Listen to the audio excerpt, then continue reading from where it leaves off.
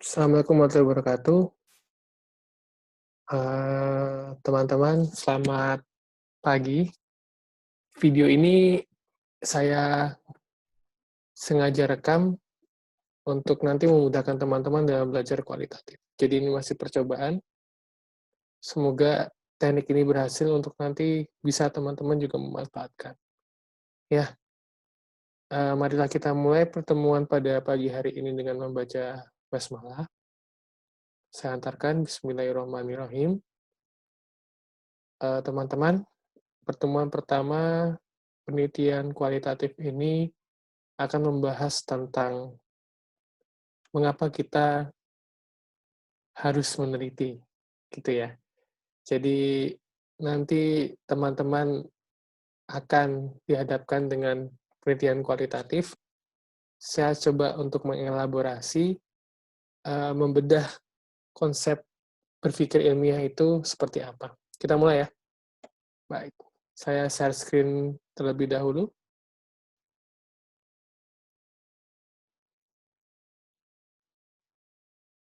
Ya, semoga sudah terlihat.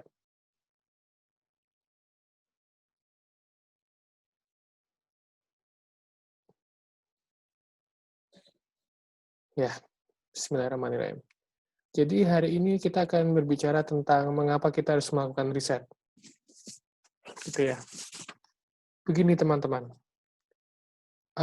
riset itu adalah sesuatu yang sangat-sangatlah harus kita lakukan sebagai seorang akademisi, dikarenakan secara historis, dulu saja manusia itu mempunyai tingkat keingintahuan sangat-sangatlah tinggi. Jadi terhadap sesuatu pun mereka selalu mencari-cari bagaimana untuk bisa memahami cara kerja suatu benda. Nah, riset dilakukan tidak hanya untuk mengetahui cara kerja benda saja, tapi cara kerja suatu fenomena. Dalam hal ini, fenomena yang kaitannya dengan fenomena sosial. Nah, jadi teman-teman,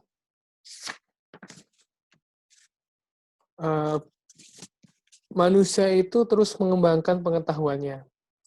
Dalam hal pengembangan pengetahuan, baik yang bersumber dari pemberitahuan maupun pengalaman, banyak dipengaruhi oleh rasa ingin tahu. Sehingga rasa ingin tahulah ini yang akan menjadi penentu arah dari perkembangan ilmu pengetahuan. Nah, kita berbicara tentang metode penelitian kualitatif, di mana kualitatif itu dapat dikatakan sebagai suatu pendekatan untuk melihat fenomena tertentu. Sebelum kita ke sana, kita harus memahami terlebih dahulu mengapa manusia itu sangat-sangatlah diciptakan sebagai orang yang rasa ingin tahunya sangat besar. Jadi, sejarah sosial mencatat pendekatan kualitatif dibangun berdasarkan tradisi pemikiran Jerman, yang lebih mengadopsi pemikiran filsafatnya Plato, yang lebih humanis. Sebagaimana diketahui bahwa pandangan Plato terhadap manusia lebih banyak menempatkan manusia sebagai makhluk yang humanitis daripada makhluk manusia sebagai homo sapiens. Maksudnya humanitis apa nih? Maksudnya humanitis adalah bagaimana seorang Plato menempatkan manusia itu berdampingan dengan fenomena-fenomena yang ada di sekitarnya. Jadi bagaimana itu tidur, bagaimana manusia itu makan, bagaimana manusia itu minum, berdoa, beribadah, sampai pada hubungan sosialnya. Itu sebuah fenomena. Nah, tradisi pemikiran Jerman yang platonik ini melahirkan kata yang namanya humanis. Kata yang humanis ini menjadi akar tradisi bagaimana paradigma fenomenologi itu tercipta. Sehingga penelitian sosial ini sangat-sangatlah penelitian yang membaca fenomena. Ya, ketika membaca fenomena itu, dia memiliki paradigma yang lebih melihat secara induktif, bukan deduktif. Deduktif itu dari khusus ke umum, ini umum ke khusus. Nah, umum ke khusus ini maksudnya bagaimana? Jadi, ini, pendekatan ini yang mengilhami kualitatif itu adalah pendekatan yang menempatkan manusia itu berdampingan dengan risetnya. Tidak lantas dia berdiri satu dengan lainnya. Jadi, kembali ke pertanyaan mengapa harus melakukan riset, karena manusia itu memiliki rasa keingintahuan terhadap ilmu pengetahuan secara hebat, kuat, dan luar biasa sekali untuk mencari sesuatu yang belum dia ketahui. Makanya seorang akademisi itu disebut sebagai seorang ilmuwan juga. Kenapa? Karena akademisi itulah yang akan nantinya menempatkan diri sebagai seorang yang melakukan riset. Nah, pendekatan kualitatif ini tadi sudah saya katakan bahwa didasari oleh filsafat fenomenologi dan humanis. Jadi, pendekatannya dia akan mengetahui pendekatan yang lebih empiris, idealis, dan kritism. Bahkan sampai ke vitalis dan rasionalis maupun humanis. Jadi, melingkupi semua. Makanya tadi saya bilang pola pikirnya induktif. Dari umum ke khusus. Sehingga, tradisi berpikir positivisme itu sangat-sangat bertolak belakang dengan tradisi post-positivism. Nah, tradisi positivisme itu apa? Tradisi berpikir positivisme itu adalah berpikir di mana orang itu atau masyarakat itu selalu ditempatkan pada ranah bahwasannya manusia itu makan dengan tangan kanan, manusia itu minum dengan tangan kanan sambil menengguk sebuah gelas atau apapun itu. Nah, kualitatif itu kepada post-positivism. Artinya apa? Artinya adalah secara ontologis post-positivism itu bersifat kritis. Lah, kenapa harus dengan tangan kanan? Kenapa tidak dengan tangan kiri? Misalkan, makan di situ. Secara ontologis ya, jadi post-positivism itu bersifat kritis. Realism, yang memandang bahwa sebuah realitas itu memang ada dan dalam kenyataan sesuai dengan hukum alam. Tetapi sesuatu hal yang mustahil apabila suatu realitas dapat dilihat secara benar oleh manusia itu adalah berbeda cerita. Artinya bahwa lebih kepada bagaimana seorang peneliti kualitatif itu memandang bahwa realitas itu tidak serta-merta terjadi.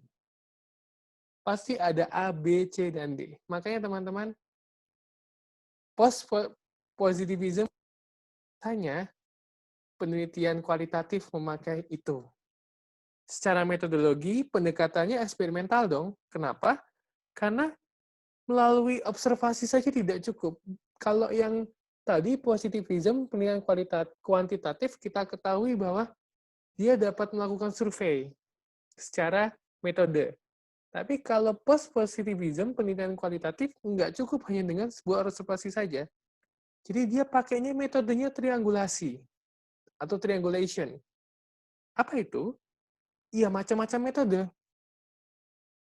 Sumber datanya juga macam-macam, kemudian dia harus bersinggungan dengan peneliti-peneliti yang sudah meneliti kualitatif juga, lalu ada teori juga yang secara sempurna dia sematkan tidak hanya satu, tapi dua, tiga, sebagainya. Makanya kualitatif itu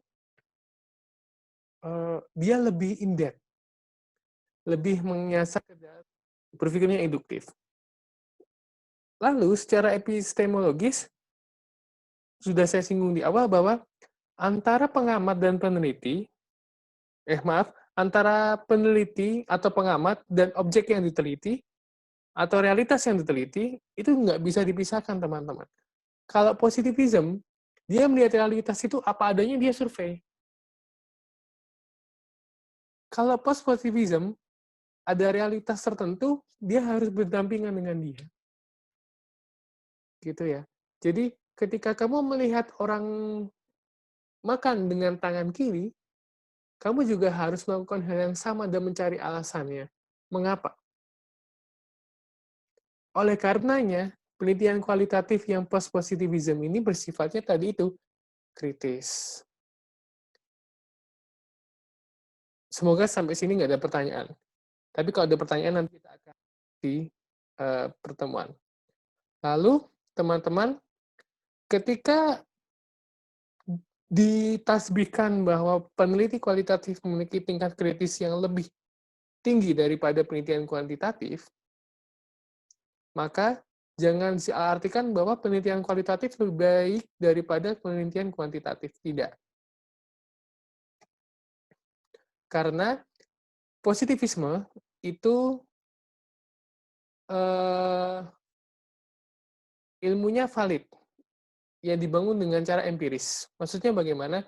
Dia dibangun dari ilmu pengetahuan, yang artinya bahwa keilmuan daripada penelitian kuantitatif itu sudah terancang dan spesifik objeknya secara eksplisit. Jadi, penelitian dan objeknya itu berdiri sendiri-sendiri. Tidak mempengaruhi satu sama lain. Makanya dalam penelitian kuantitatif, pemahaman positivisme itu pemahaman tentang bagaimana teman-teman itu membuat yang namanya hipotesis atau dugaan sementara. Berbeda dengan post-positivisme. Dia lahir karena ingin mengkritisi kelemahan-kelemahan yang ada di paradigma berpikir positif. Ya, bahwa realitas itu ada sesuai hukum alam juga. Kemudian, manusia tidak mungkin mendapatkan kebenaran dari realitas apabila peneliti membuat jarak dengan realitas. Artinya, tadi itu peneliti harus tergabung atau menjadi satu dengan realitas tersebut. Dan itu mengakibatkan hubungan peneliti dengan realitas atau objek yang diteliti bersifat interaktif. Makanya diperlukan prinsip triangulasi.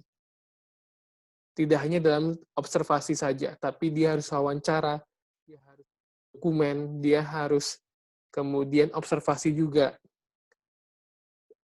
Yang nantinya adalah penggunaan macam-macam metode sumber data dan lain-lain itu sangat-sangatlah wajib dilakukan pada penelitian ini. Makanya teman-teman, dari kedua pola pemikiran ini kalian harus memastikan bahwa tidak ada yang namanya baik atau buruk paradigma penelitian positivisme dan juga post-positivisme. Yang ada adalah bagaimana teman-teman sebagai seorang peneliti kualitatif menggunakan paradigma post-positivisme yang menasbihkan bahwa teman-teman adalah peneliti-peneliti yang kritis. Gitu ya. Makanya Leksi Jemulung tahun 2017 bilang, apa sih penelitian kualitatif itu? Penelitian untuk memahami fenomena. Jadi dia pasti perilaku, persepsi, motivasi, tindakan, lain-lain yang secara holistik juga mendeskripsikan dalam bentuk kata-kata dan bahasa. Yang konteksnya adalah objek penelitiannya itu tentu alamiah, karena sesuai dengan hukum alam tadi itu. Dengan memanfaatkan berbagai metode yang alamiah. Metode yang alamiah seperti apa sih? Metode bersosialisasi kita dengan komunikasi secara tatap muka, dengan media, kemudian komunikasi dengan diri sendiri, dan sebagainya. Itu semuanya ada dalam metode yang alami. Observasi kita melihat apa adanya, suatu fenomena tertentu, itu juga metode alamiah. Makanya teman-teman, jika teman-teman itu berpikir bahwa kualitatif itu sangat susah, itu tidak dapat disalahkan juga, tapi juga tidak dapat dibenarkan. Kenapa? Karena fungsi kualitatif adalah memahami isu-isu yang rumit pada sebuah proses. memahami isu-isu yang rinci tentang situasi dan kenyataan yang dihadapi individu. Individu lah ya. Memahami isu sensitif yang keperluannya untuk evaluasi, kemudian dia meneliti latar belakang fenomena yang tidak dapat diteliti dengan kuantitatif. Jadi ketika teman-teman bilang kuantitatif lebih mudah dari kualitatif, kualitatif lebih mudah dari kuantitatif, sebenarnya paradigma penelitian ini saling melengkapi satu dengan lainnya. Kenapa? Karena dari paradigma positivisme dan post-positivisme tadi itu dinyatakan bahwa kualitatif lebih mengarah kepada post-positivisme, cara berpikirnya, karena dia menuntut lebih kritis, dan dia mempelajari tentang latar belakang fenomena yang tidak dapat dilihat dengan kuantitatif. Kalau kuantitatif lebih meneliti fenomenanya. Tapi kalau kualitatif, mohon maaf, itu meneliti latar belakang fenomena yang tidak dapat diteliti oleh kuantitatif. Makanya,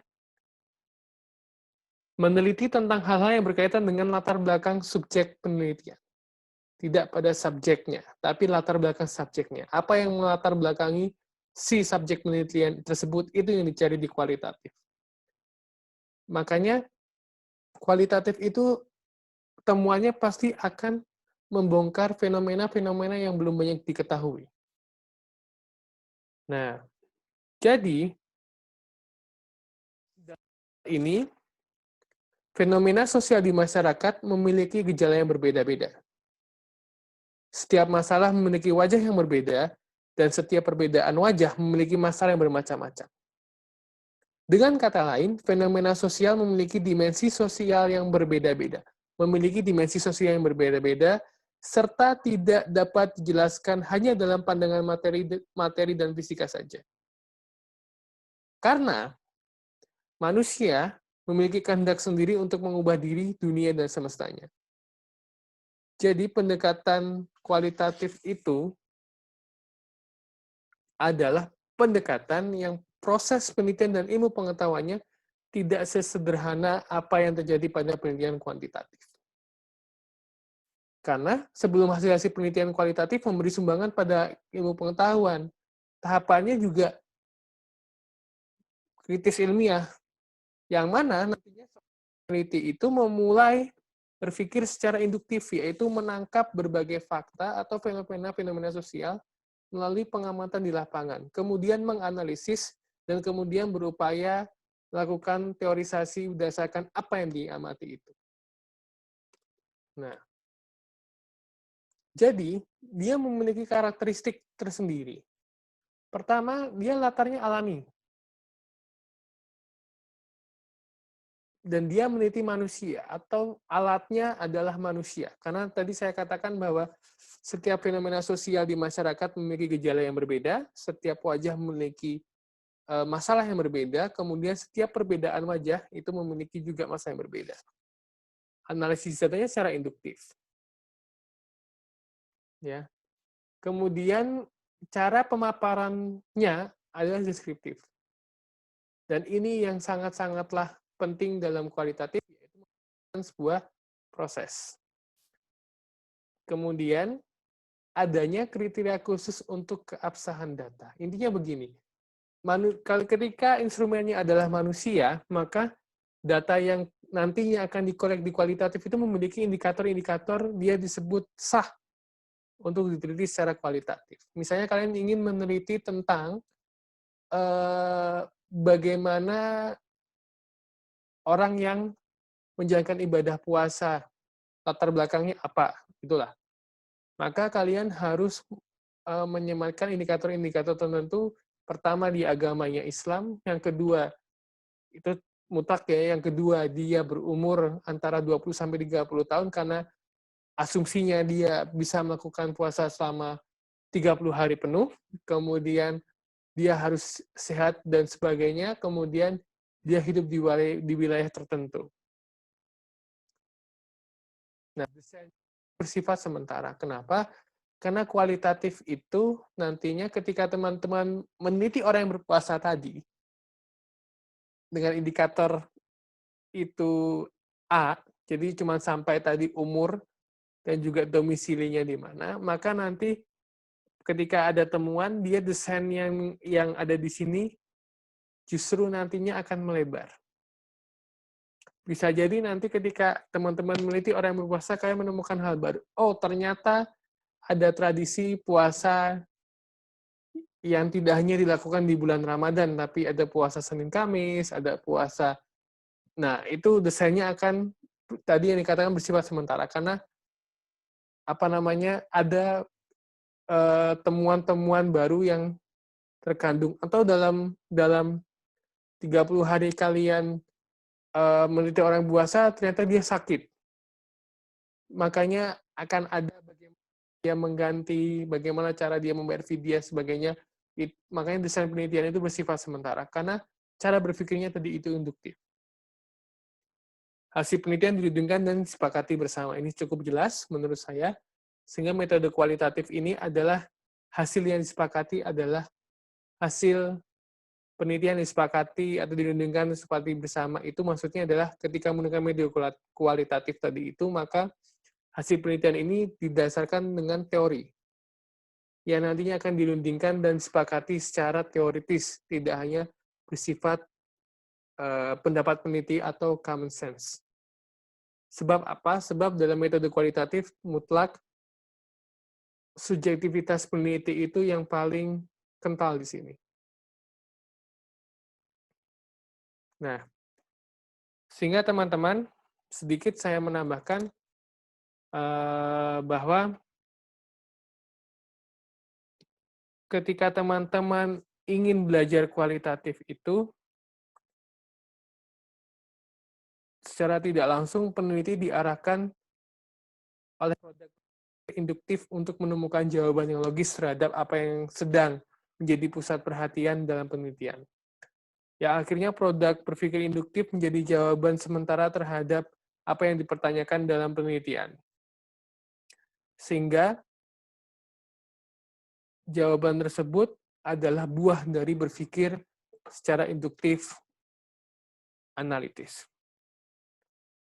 Nah, jadi tentu kita sekarang sedang belajar daring dan kita menghadapi mata kuliah yang cukup mempesona, yaitu metode penelitian kualitatif yang sebelumnya teman-teman belum pernah melakukan kegiatan ini. Jujur ini akan sangat-sangatlah membingungkan bagi teman-teman. Oleh karenanya teman-teman tolong dipahami pada slide yang ini.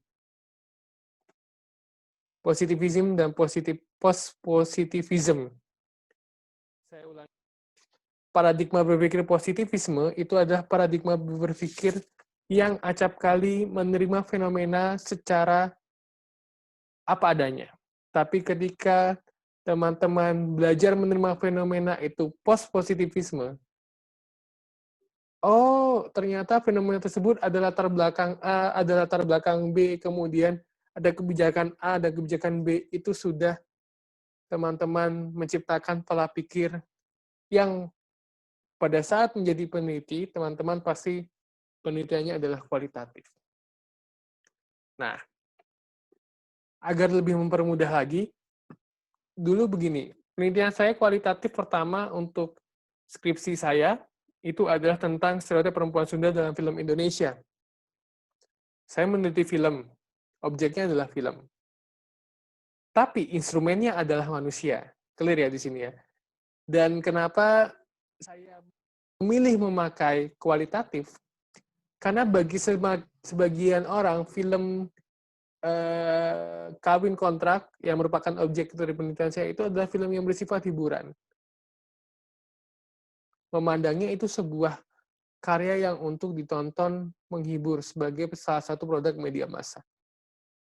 Makanya kalau di kuantitatif, dia hanya akan meneliti sejauh mana tingkat kesopanan scene-nya, sejauh mana tingkat kelakuan filmnya, suka atau tidak filmnya, itu positivisme. Tapi kalau cara berpikir post-positivisme, itu bagaimana dia mengangkat sosok yang ada dalam film itu, yaitu perempuan Sunda itu. Nah, dalam perempuan Sunda ini, kenapa kok dia harus diangkat dalam film Kawin Kontrak? Itu yang pertama. Apa hubungannya perempuan Sunda dengan kawin kontrak. Itu yang pertama. Yang kedua adalah, kenapa harus perempuan Sunda? Ketiga, kenapa dia menjadikan objek? Si perempuan Sunda itu tidak dijadikan sebagai apa namanya, perempuan pada umumnya, tapi dia menjadikan objek kepuasan terhadap sesuatu. Nah, pola-pola pikir itulah yang nantinya membentuk post-positivisme. Jadi teman-teman berpikir ketika melihat sebuah film, dalam hal ini jika disangkut pautkan dengan penelitian saya, maka film tersebut bukan lagi sebuah hiburan, tapi film tersebut menjadi sebuah tanda tanya besar. Kenapa harus perempuan Sunda? Kenapa kegiatannya harus kawin kontrak? Kenapa perempuan tersebut dijadikan objek? Terus kenapa tidak lagi harus bukan laki-laki yang melakukan itu? Kenapa harus perempuan yang menjadi aktor utamanya gitu? Nah, kemudian lah kenapa objeknya film tapi instrumennya manusia? Ya kenapa pusingkan? Karena ketika kita menonton film, bukan saya saja yang menonton film. Mungkin teman-teman yang lain juga pernah menonton film tersebut. Jadinya saya melakukan wawancara. Ketika saya dapat wawancara A, B, C, dan D, hasilnya saya komparasi dengan buku tentang The Myth of Beauty atau tentang sejarah Sunda mungkin, tentang bagaimana perempuan Sunda dan Jawa itu bersitegang sampai hari ini dan mitos-mitos tertentu yang lahir dari sana. Kemudian saya melakukan observasi. Jika diperlukan, saya ke wilayah di mana film tersebut dibuat. Nah, itulah kenapa penelitian kualitatif antara peneliti dan juga objek yang diteliti itu tidak bisa dipisahkan. Dia terkait satu dengan lainnya. Oleh karenanya, meneliti tentang kualitatif itu artinya juga meneliti tentang fenomena tertentu. Makanya teman-teman, dalam hal ini, kembali ke slide karakteristik penelitian kualitatif, jelas bahwa berpikirnya adalah induktif. Jelas kalian akan memaparkan tentang alamiahnya yang terjadi di situ. Proses penting. Dan desain penelitian itulah yang bersifat sementara. Ini yang harus dihati-hati. Makanya, pada setiap kali teman-teman mencari masalah pada nantinya untuk penelitian kualitatif ini, maka teman-teman harus dilatih untuk berpikir secara post-positivisme. Yang menuntut teman-teman lebih kritis. Menuntut teman-teman melihat fenomena itu bukan lagi suatu hal yang biasa. Gitu ya. Oke, teman-teman. Karena ini pertemuan pertama, dan ini materi pertama, diskusi di platform e-learning. Materi saya coba pakai ini untuk nanti teman-teman tidak boros kuota sebenarnya. Lalu kemudian, yang bisa saya katakan bahwa dalam semester ini teman-teman menerima kualitatif dan kuantitatif, itu bukan menjadi masalah, cuman teman-teman harus berpikir bahwa ketika ada dua metode penelitian di dalam satu semester yang sama, kan berarti teman-teman lebih condong ingin berpikir secara post-positivisme atau positivisme, ingin memilih kuantitatif daripada kualitatif, itu juga tidak dapat disalahkan juga.